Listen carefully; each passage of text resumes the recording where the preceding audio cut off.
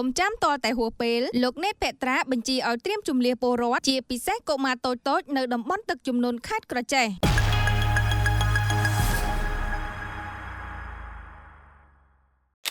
ក្នុងឱកាសចុះពិនិត្យស្ថានភាពទឹកជំនន់និងសួរសុខទុក្ខប្រជាពលរដ្ឋនៅស្រុកឆ្លងខេត្តក្រចេះនារសៀលថ្ងៃទី24ខែសីហាឆ្នាំ